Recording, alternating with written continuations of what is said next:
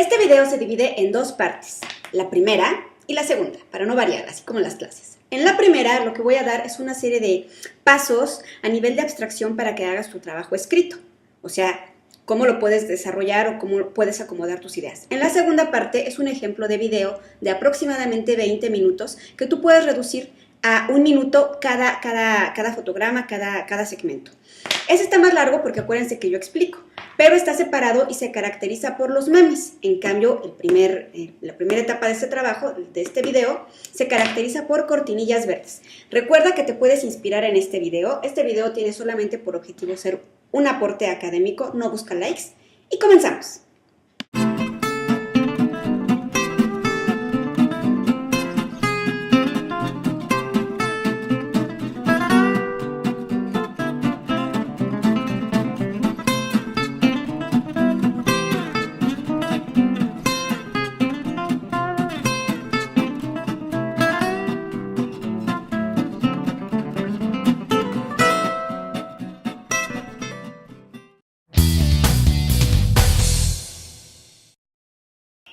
Para argumentar sobre bases jurídicas, o sociales, o filosóficas, o para argumentar, hacen falta dos cosas.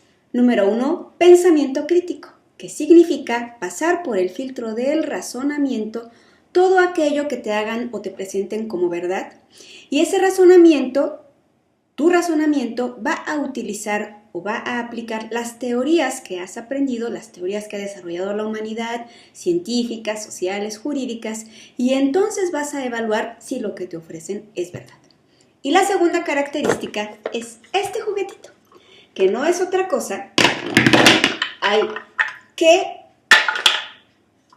el discurso del método, los pasos del discurso del método de Descartes. Eso lo vamos a ver más al ratito y de todas maneras, para que vean los pasos, pues chequen el post de Facebook que ya habíamos visto antes.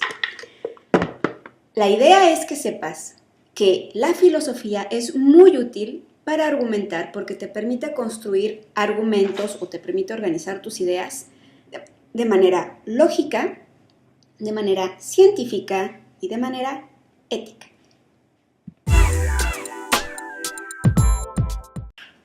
Para escribir un ensayo, una apología o una crítica, lo que tienes que hacer es descomponer tu tema en todas las partes posibles. Así lo que vas a obtener es que ese tema o ese título o esa frase está conectada con muchísimos otros temas a su vez. Entonces tienes que sacar las palabras clave. No olviden que en clase veíamos que por eso es importante pensar en palabras clave. Porque esa palabra clave tiene toda una historia detrás o un cuento o una anécdota como la de los perros y así. Bueno. El punto es que una vez que ya tienes descompuesto tu tema ya está vacío. Pero para entrar o para abordar ese tema hay ventanas. Las ventanitas son los filósofos, los autores, los científicos, los sociólogos que ya han hablado sobre ese tema. Lo que tú vas a hacer es que tus posturas a favor, tus ideas cuadradas, tus ideas triangulares o las palabras clave, lo que vas a hacer es buscar qué autor ya las dijo antes, ¿no? Mi idea clave, mi idea amarilla triangular sobre la muerte. Este autor ya habló sobre esa idea. Mi idea sobre la vida, sobre la esperanza, sobre el porvenir. ¿Qué autor ha hablado sobre ello, ¿no? Y entonces busco si es Sartre, si es Nietzsche, si es Kant. Y entonces resulta que Nietzsche y Sartre, por ejemplo, se me va el francés, por ejemplo, pues ellos ya habían hablado de eso. Entonces, la idea es buscar embonar mis ideas cuadradas, a favor, en contra, y las palabras clave dentro de las ventanitas que afortunadamente los teóricos ya abrieron para nosotros a nivel filosófico. Y entonces mi trabajo está terminado. Y si después de haber hecho todo este procedimiento, o de haber hecho el esfuerzo de acomodar mis ideas, cuadradas o circulares, o como sea, dentro de mi tema, y definitivamente no hay pieza que embone, y mañana es la entrega del trabajo, pues lo que es urgente es jamás forzar el tema, jamás forzar las ventanitas de los autores a que digan lo que tú crees que dicen, o lo que tú quisieras que ellos digan, y lo que es importante de hacer es cambiar de tema, pero ya.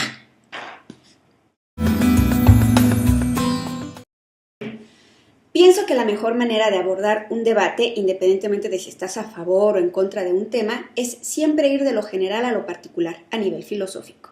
O sea, ir de la escuela, de las dos vertientes más generales hasta el momento que tú has visto en la escuela, que es la escuela o de los empiristas o de los racionalistas. A partir de ahí tú ya puedes construir argumentos si estás a favor o en contra. No olvides que debes de construir o de enlistar los pros y los contras de tomar una postura racionalista sobre un tema o de tomar una postura empirista sobre un tema. Una vez que ya hiciste la lista de tus pros y tus contras, vas a buscar los autores. ¿Qué autores son racionalistas? ¿Qué autores son empiristas?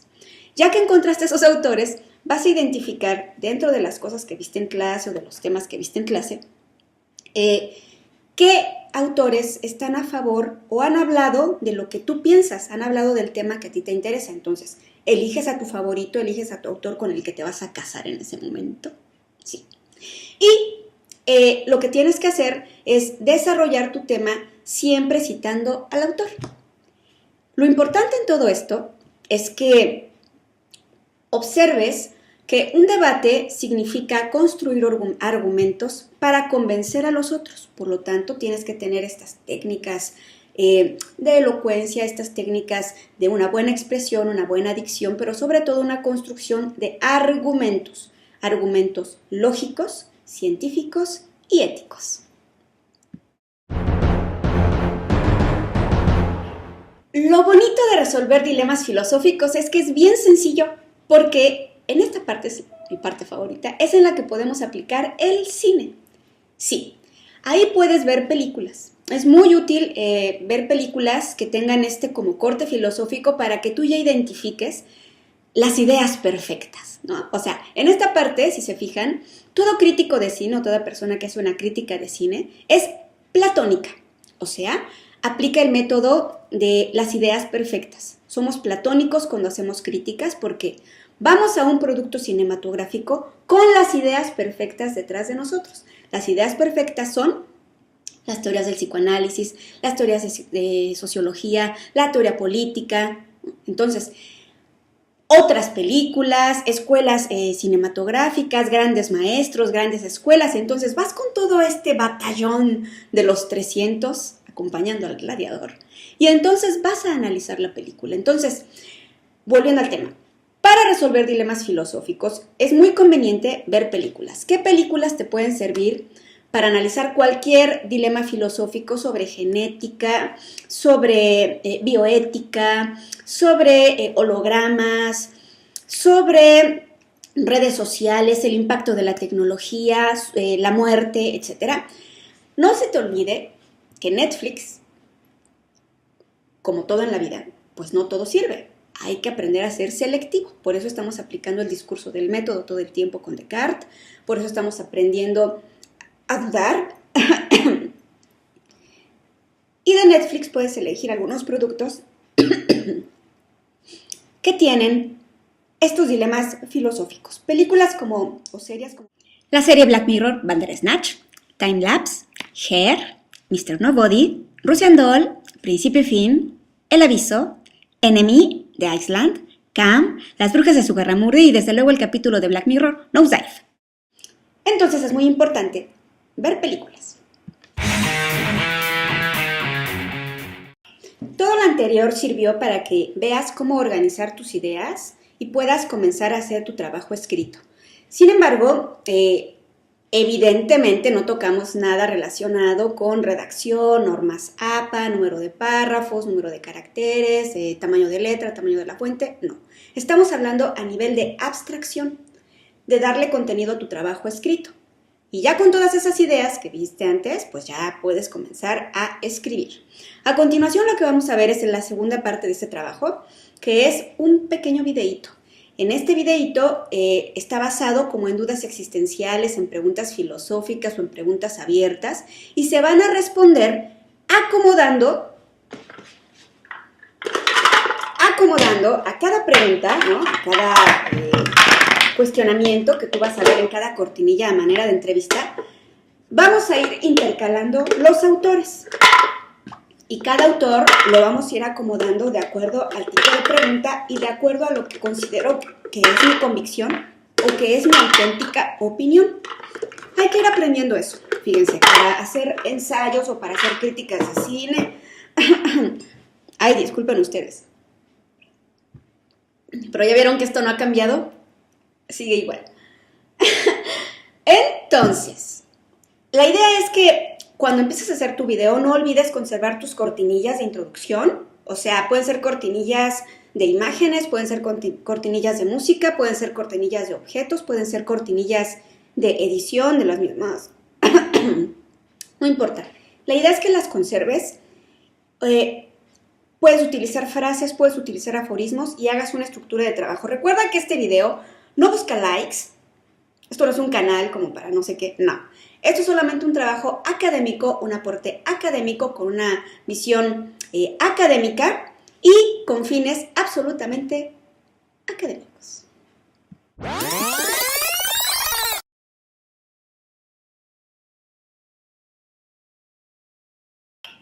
Entre virtudes y vicios era como el mundo griego se desarrollaba. Entonces, si tuviéramos que trasladar ese pensamiento griego a la actualidad, podrías pensar que una virtud en la sociedad actual es como la conciencia de ser más prudentes en la acción.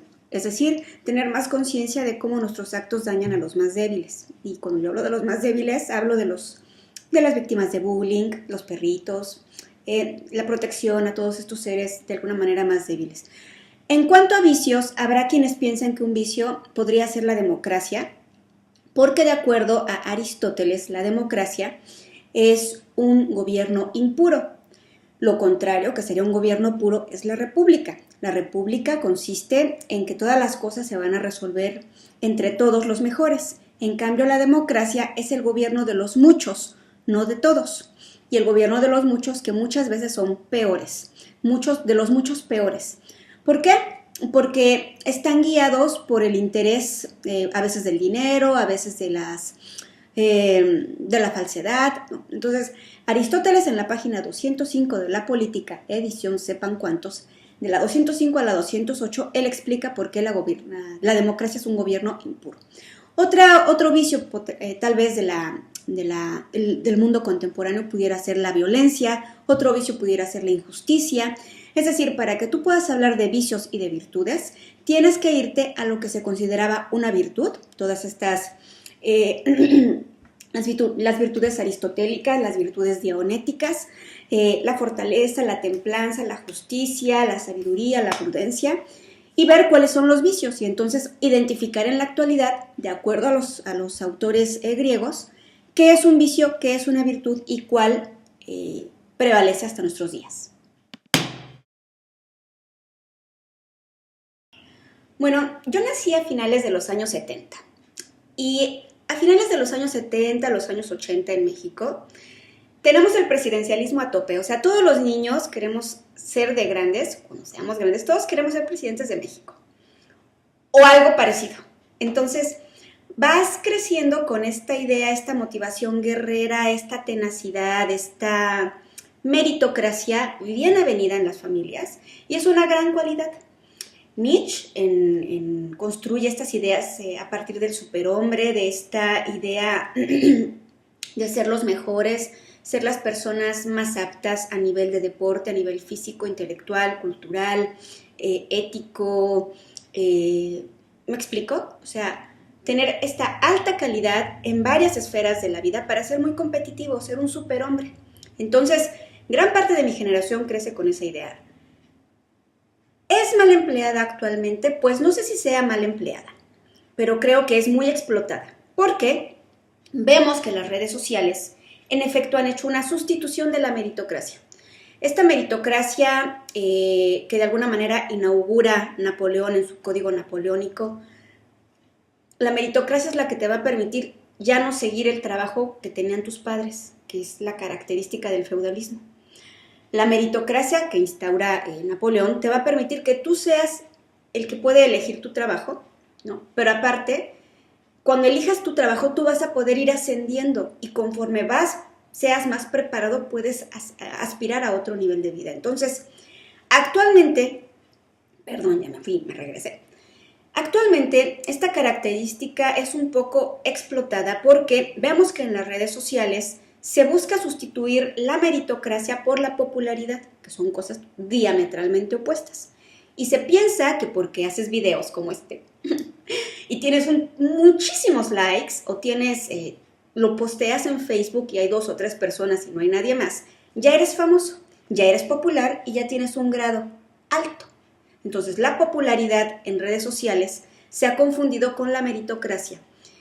La cualidad de mi generación es que creces con esta meritocracia y piensas que probablemente el tener esta historia o este currículum aplicado a la actualidad, pues es muy similar a los likes. Entonces, es una cualidad explotada de satisfacción, de popularidad en sustitución de meritocracia. Pero es una opinión, nada, no me crucifiquen, por favor. Yo pienso que la explotación de la meritocracia o de la popularidad nos afecta como sociedad porque estamos construyendo una sociedad que califica a los demás en función de la primera impresión. O sea, si te atrapan al momento, si le caes bien, te pueden colocar en un privilegio de millones de likes. Y vas casándote con la idea de que quieres vivir de YouTube y que te pague no sé qué por 1,000 o 2,000 visitas y entonces estás metido en tu ordenador y no construyes de verdad una vida al exterior, no construyes una meritocracia certera, no tienes un trabajo que te apasione, sino piensas que tener dinero de manera inmediata es lo que va a reemplazar la meritocracia y lo que reemplaza es la popularidad. Socialmente nos afecta, bueno, pues veamos la aplicación de China, la app Alipay, o el mismo capítulo de Black Mirror, ¿no? Esta sociedad que en función de likes y de aprobación le da privilegios a unos y le quita privilegios a otros. Y es contradictorio porque se supone que vivimos la era en la que se está deteniendo el clásico bullying. Y esto es una forma de bullying contemporáneo. Recuerda que existen muchos temas sensibles, entonces si en algún momento te preguntan cuál es a nivel personal o cómo te toca o cómo te alcanza a nivel personal que exista esta característica mal empleada de la sociedad, a nivel personal cómo te afecta, siempre trata de responder desde una perspectiva empirista o racionalista, es decir, ¿con cuál te casas tú? ¿Cómo te toca personalmente que la meritocracia sea sustituida por la popularidad? A nivel personal, bueno, pues podríamos dar una respuesta racionalista, que sería, pues depende, porque la popularidad es una condición que permite hacer sentir bien a alguien en su mente, en su ser. Y si ese like, ese dedito que existe en un espacio del internet le da una satisfacción, es bueno. A nivel personal, ¿cómo te toca que la meritocracia sea sustituida por la popularidad? Bueno, si doy una respuesta una respuesta empirista sería, pues a nivel personal, este individuo que recibe un like en su ordenador, en su iPad, en su iPhone, recibe una satisfacción inmediata que no se traduce ni en su calidad de vida, ni en cómo come, ni en cómo viste, pero probablemente lo va a influir. Entonces, tal vez no se ve ese like porque no existe, pero en su comportamiento él va a pensar que existe. Entonces, no tiene consecuencias reales a nivel personal la popularidad a nivel de las redes sociales. Esa podría ser una respuesta empirista a este cuestionamiento sobre cualquier tema. Tomar siempre una postura racionalista o empirista funciona bastante.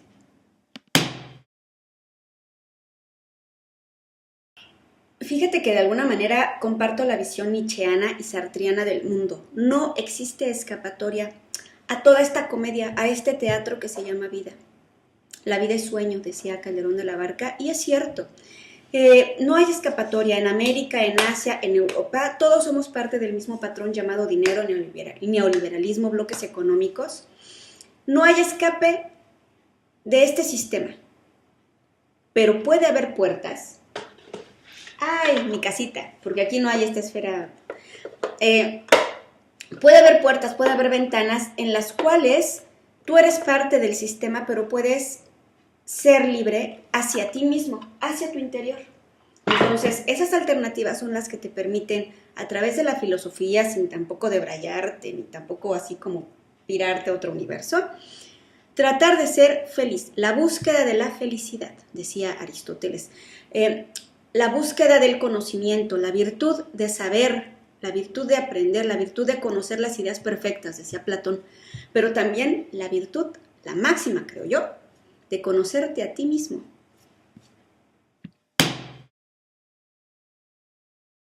No estoy segura que alguien sea totalmente libre. Probablemente los que son totalmente libres pues son los indigentes y son los locos, los dementes. Son los que son totalmente libres. Todos los demás estamos condicionados a un sistema.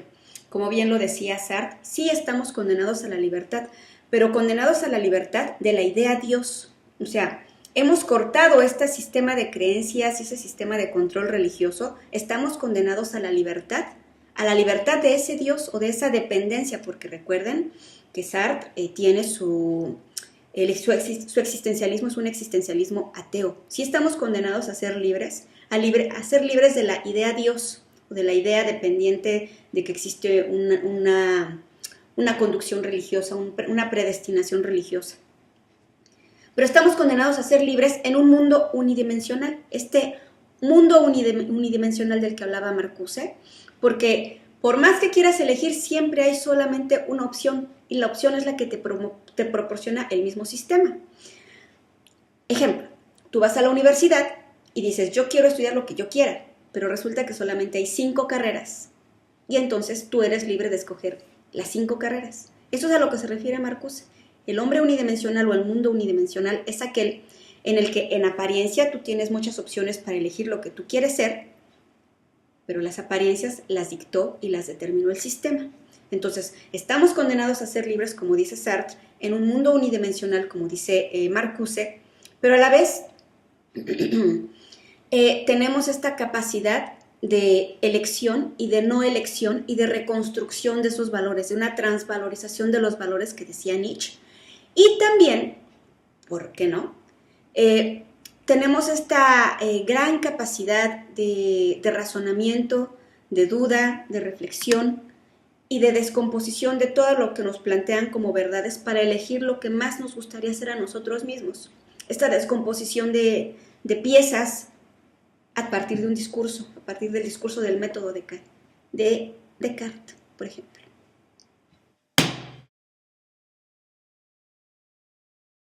La autohipnosis socrática está más vigente que nunca. Da igual si tú vives en México, vives en Europa, vives en China, cambiaste de país, dejaste tu trabajo, cambiaste de trabajo, tuviste un bebé, te casaste, falleció algún ser querido, saliste de la prepa, entraste a la universidad. La autohipnosis socrática es la que te va a permitir determinar y buscar ese grado de libertad y de felicidad que finalmente es lo que buscamos los seres humanos. Conociéndote a ti mismo, la autohipnosis socrática significa conócete a ti mismo.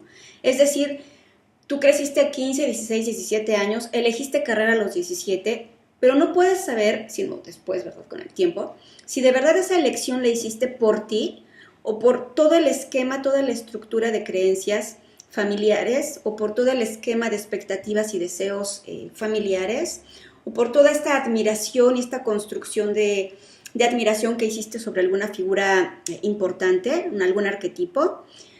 Tomas decisiones a los 17 que van a determinar toda tu vida.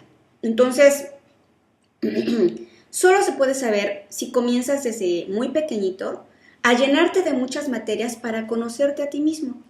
El cine, el arte, la danza, la pintura, las manualidades, la literatura, la gimnasia, el deporte, el básquetbol, todas las disciplinas de las que tú puedas tomar cursos de cocina, tomar cursos de oratoria, todo eso te va a permitir saber en qué eres bueno, qué te gusta. Y por eso es tan importante el pensamiento de Nietzsche, porque Nietzsche dice, prepárate en todas las materias posibles para que seas el superhombre, para que seas el mejor. Pero al final Sócrates decía Conócete a ti mismo, descubre en qué eres bueno, qué te gusta, qué te place. Y entonces resulta que esta autohipnosis socrática no solamente te permite conocerte, sino aparte te cultiva. Aparte te convierte en una persona con una visión diferente, no solamente un poser, no solamente alguien que dice saber, aparenta saber, pero su espíritu es vacío, su mente, sus opiniones, su comportamiento, sus elecciones. Entonces, como decía Merlín en La espada en la piedra, cultívate, hijo, y vencerás.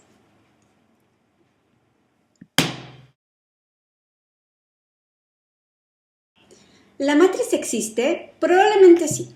Hay muchas películas como Truman Show, como Dark City, como Matrix, como Nirvana, películas que te plantean que probablemente lo que vivimos es una ilusión, un holograma de la realidad y que la realidad es un sueño y es una construcción de un alguien, de una mónada probablemente, y que no somos más que eso, mónadas, con puertas y ventanas que se conecta la información en la que entra, sale y somos un patrón repetitivo entre universo, átomos, constitución celular, realidad, poesía, sueño. Es una mezcla bien interesante de física cuántica. Pero lo interesante de todo esto es observar que si bien el siglo XIX fue el siglo de las revoluciones, el siglo XX el siglo de las guerras, el siglo XXI se caracteriza por un cambio de esquema.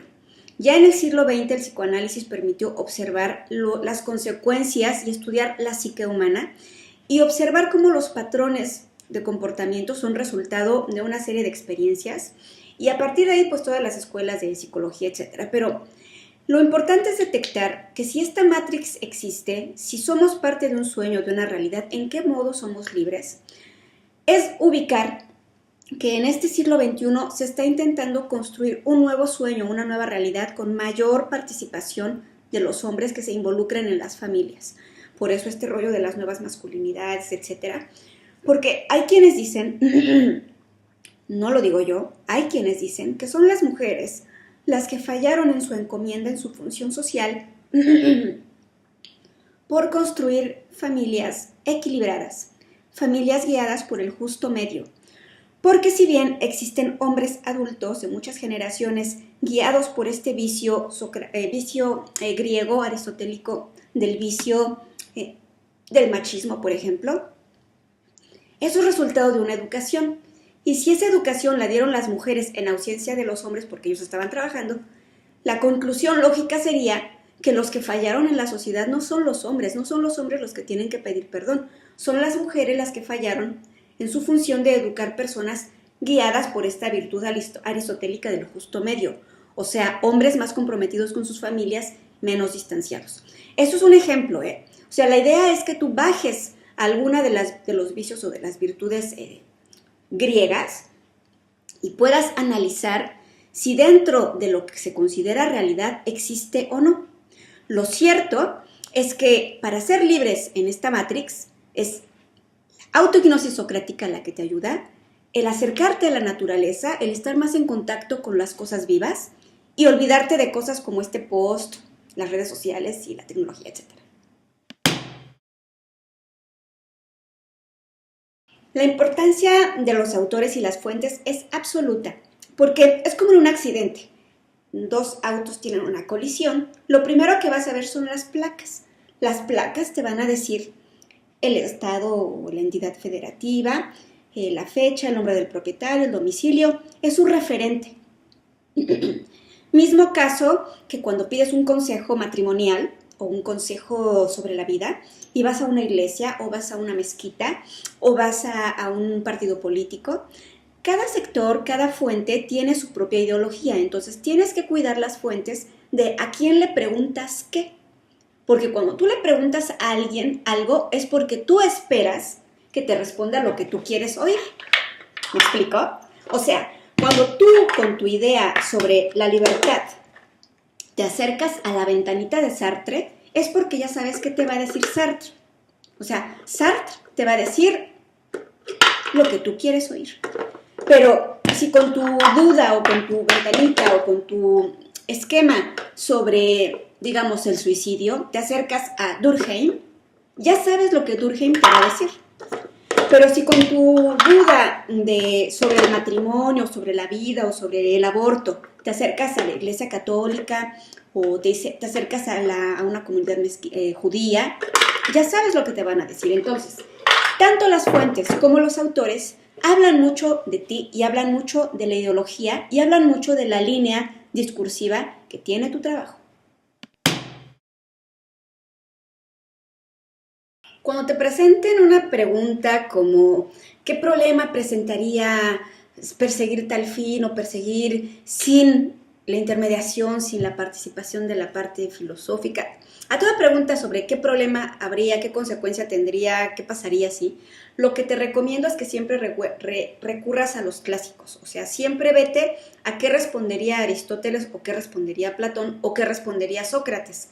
En función de esos tres, ya tú vas a saber, pero si Aristóteles respondía esto, tal vez Gorgias respondería lo otro, tal vez Protágoras o Parménides diría esto, o Heráclito de Efeso, Anaximandro, Anaxímenes, Tales de Mileto, ¿qué diría Protágoras? ¿Qué diría Heráclito? ¿Qué diría Aristófanes? ¿Qué diría Hipócrates? ¿Qué diría Pitágoras? Para esto tienes que haber leído, o sea, tienes que tener... Ay, merci beaucoup,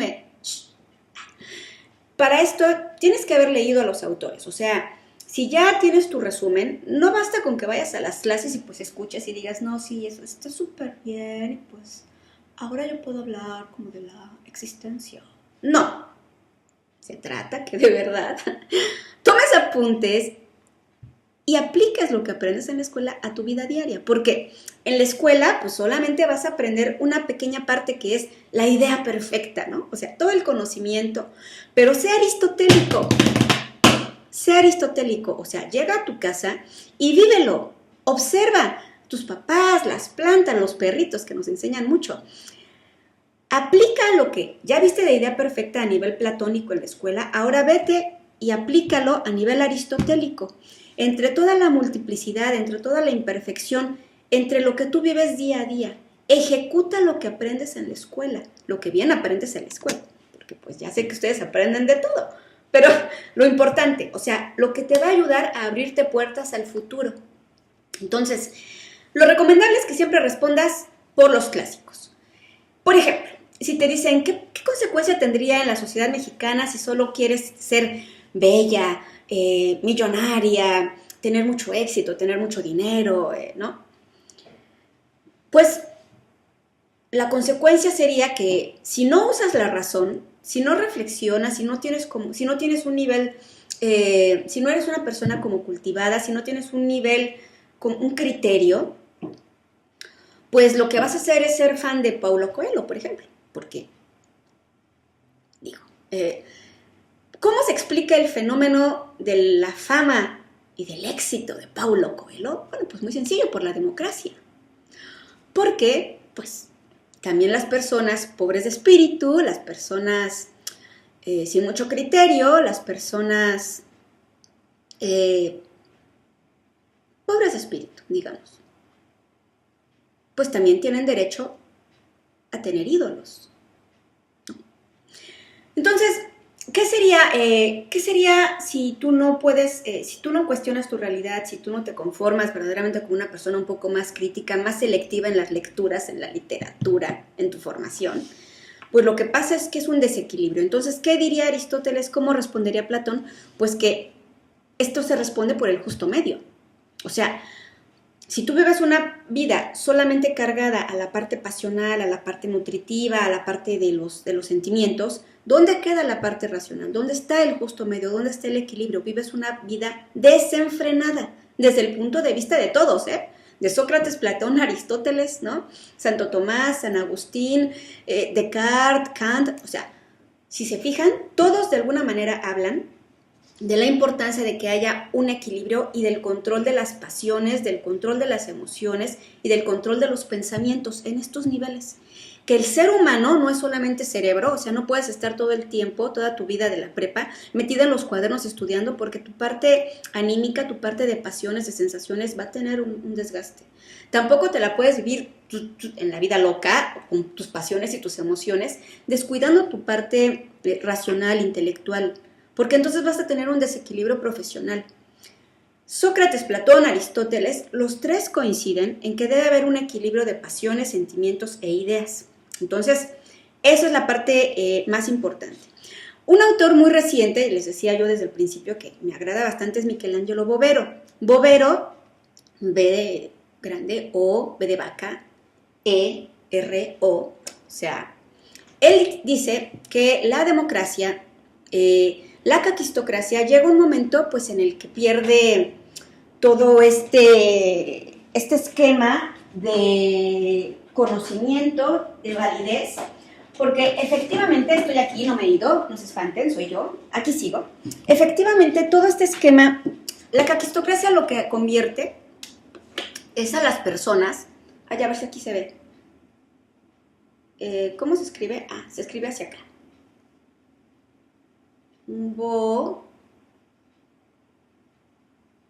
Ay, qué bonita. Bovero. Michelangelo Bovero dice que el riesgo de las masas que solamente siguen el dinero, persiguen la belleza, persiguen que persiguen el dinero, que persiguen el éxito sin tener como una idea lógica o un razonamiento, pues esas personas se convierten en los peores. Y eso es en lo que ha derivado la democracia. En el gobierno o en el tener mucha gente, muchos sujetos caracterizados por esta ignorancia, por esta mediocridad, por una ausencia de escrúpulos, por mala fe, por presunción, por ingenuidad, como el post que alguna vez hice, por astucia y por una falta de profesionalización en sus saberes. Eso es en lo que termina, ahí termina el cuento romántico de la democracia, en este gran problema actual que es la caquistocracia. Cierto, es que siempre van a existir temas difíciles a tratar, temas sensibles que a la sociedad le tocan mucho, temas políticamente incorrectos, temas moralmente incorrectos, temas que dentro de la coyuntura son incorrectos. Depende del grupo que se encuentre en el poder, y cuando yo hablo del poder, recuerden que hablo el poder en la familia, el poder en la política, el poder en la sexualidad, el poder en la sociedad. Depende de qué grupo esté en el poder, es cómo se va a construir la ideología. Entonces, ¿cómo puedes tratar un tema sensible o un tema que puede incomodar y que te puede costar una calificación, la vida, un noviazgo o, peor aún, la libertad? Lo que importa es que nunca pierdas tu vocación científica, tu vocación profesional. Siempre debes defender tus argumentos y mientras utilices argumentos científicos, lógicos y éticos para abordar cualquier problemática, el tema debe ser abordado. ¿Por qué? Por el imperativo categórico kantiano, que significa que hay que hacer las cosas porque puede servir de imitación para que los demás lo hagan. Si tú, en la construcción de tus ideas, como que sí, como que no, un tipo de hipocresía, un tipo de falsedad, un tipo de imitación, se construye una sociedad así. Entonces, para tener una sociedad como más honesta, más avanzada, una sociedad de primer mundo tiene que ver justamente con exponer tus ideas, no solamente tus opiniones o lo que se te ocurrió en un lenguaje X, sino de verdad ser congruente formulando argumentos lógicos, éticos y científicos. La conclusión, prepara tu conclusión. Hoy fue miércoles 17 de abril, aquí son las 5:50 de la tarde y la conclusión tiene que ser un condensado de todo lo que entendiste, todo lo que te hizo reflexionar, el ver la vida desde la óptica filosófica. La óptica filosófica significa que tú vas a verificar las teorías de 1, 2, 3 filósofos y las vas a aplicar a lo que tú ves en la realidad. Es como hacer una crítica de cine o el análisis de una película.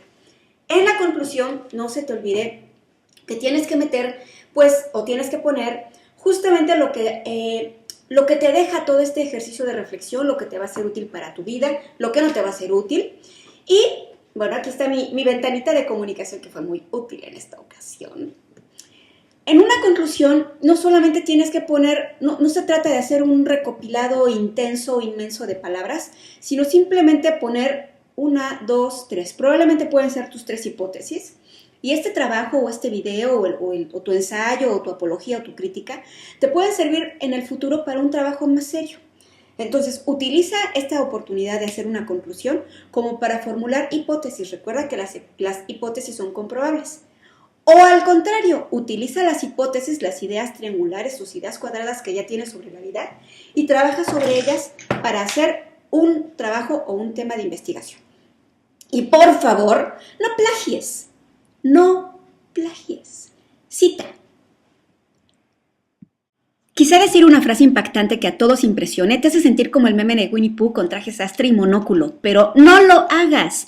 Siempre cita a los autores y eso le dará valor científico a tu trabajo. Si no lo haces, es plagio o peor aún, arrogancia intelectual.